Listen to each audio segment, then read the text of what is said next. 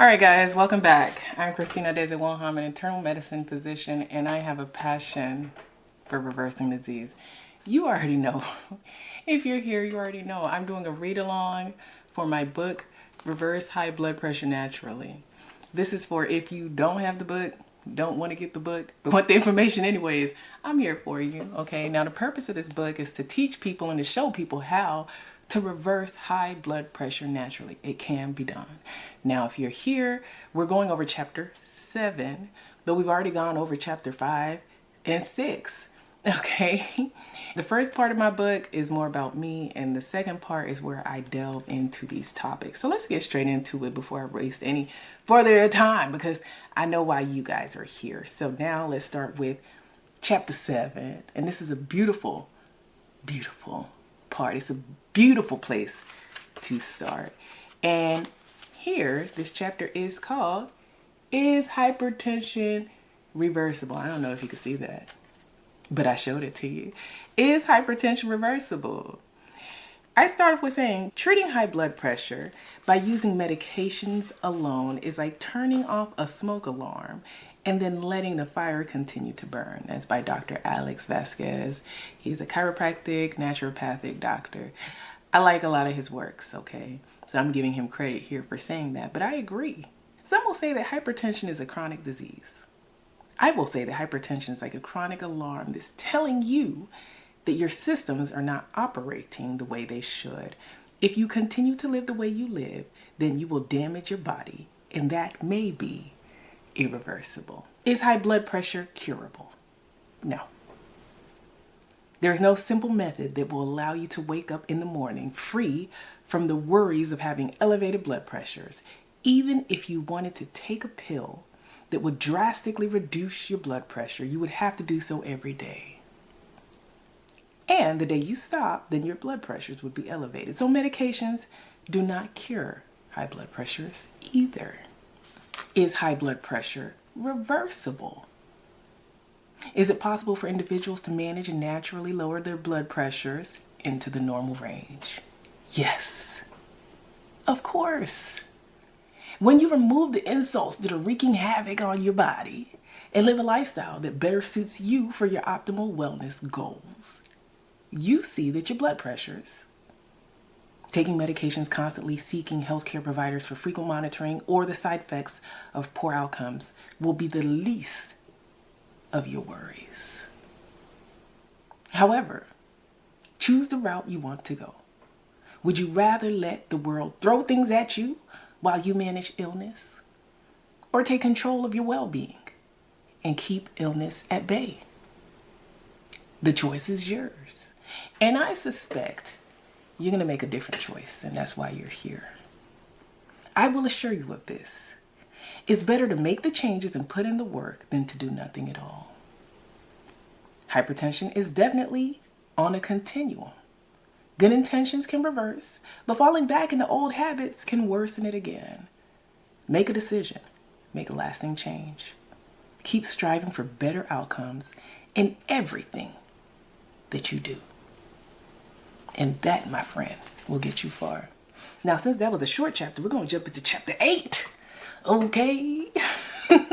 Let's keep going. Chapter 8, how blood pressure affects us in different ways. Cultures and high blood pressure.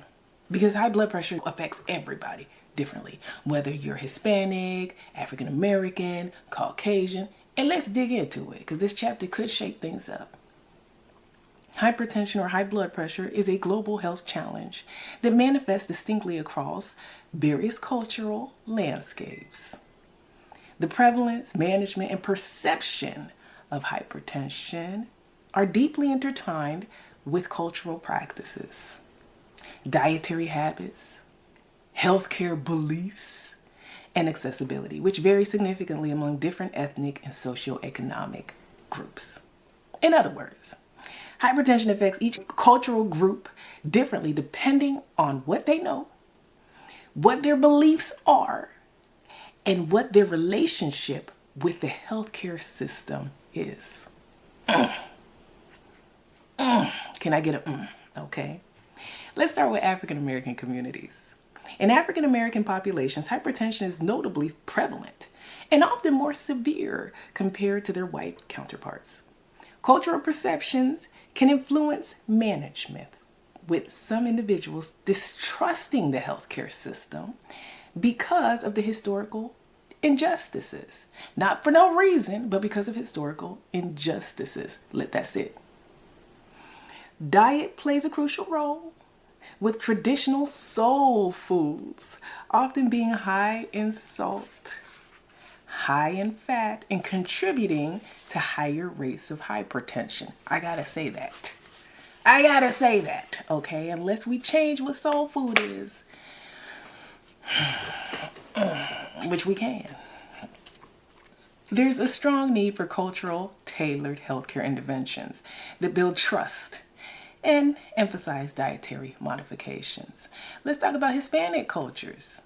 Hispanic communities in the U.S. exhibit diverse attitudes towards healthcare and are often influenced by language barriers, immigration status, and cultural beliefs. Okay? The prevalence of hypertension varies, but there's a common thread of underdiagnosis and undertreatment. Okay? Dietary factors, including high sodium, high fat cultural foods, can predispose this population to hypertension. Cultural norms might prioritize family responsibilities over personal health, making them less likely to turn to health care for their ailments. You're being strong, you're being the man of the house, you don't want to appear as sick, is keeping you from getting that health care early.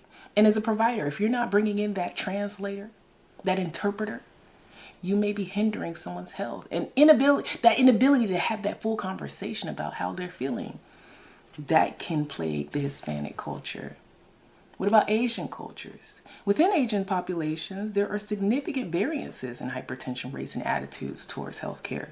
Dietary habits, such as the consumption of high sodium soy-based sauces, pickled foods, can increase hypertension risk, point blank and period. Traditional healthcare beliefs and practices also play a role, with some individuals preferring natural or holistic. Traditional healthcare beliefs and practices can also play a role, with some individuals preferring natural or holistic remedies over conventional Western medicine. The respect for authority figures in healthcare can influence adherence to the treatment plans, but language and cultural barriers may hinder effective communication. Again, bring that translator in, bring that interpreter in. Make sure you're having that two-way conversation and everyone is able to convey their needs. Okay? What about the white American culture? In white American populations, there is often better access to healthcare resources, yet lifestyle factors, including diet and exercise, significantly impact hypertension prevalence. There is a wide acceptance of conventional healthcare, but preventative measures and lifestyle modifications can sometimes be overlooked in favor of pharmacological interventions. Okay, so this for you too. Socioeconomic influences. Across all cultures, socioeconomic status profoundly affects hypertension prevalence and management. Individuals from a low socioeconomic background face higher stress levels, limited access to healthy foods, lower overall healthcare access, all contributing towards increased hypertension risk. Conversely, those in higher socioeconomic strata typically have better healthcare access and more resources for healthy living, though they're not immune. They're not immune to lifestyle-related hypertension risk. So we need to bridge that gap to people with a lower socioeconomic status because they deserve health too. Okay, it's not for the rich, it's not for the educated, it's for everyone. And everyone deserves access to lifestyle modification. Cultural attitudes towards hypertension. Each culture's perception of healthcare profoundly affects how hypertension is managed. Trust in the healthcare system, beliefs about medications, and perceived severity of the hypertension all influence whether individuals seek and adhere to treatment. culturally sensitive healthcare approaches that consider these attitudes can improve patient outcomes. You got to be culturally rounded. You got to understand who you're dealing with. This is for my healthcare providers, okay? I'm talking to you. And for my patients and my clients, know that your doctor is expected to know these things, or at least be sensitive to and open to these things. You should be able to talk with them and they understand you to some extent. Okay, they may not be able to speak your language or understand every cultural aspect in your life, but they should be open to hearing about it and knowing how it affects you and your health. That's not in the book, that's me talking. Okay, that's that extra credit you get in.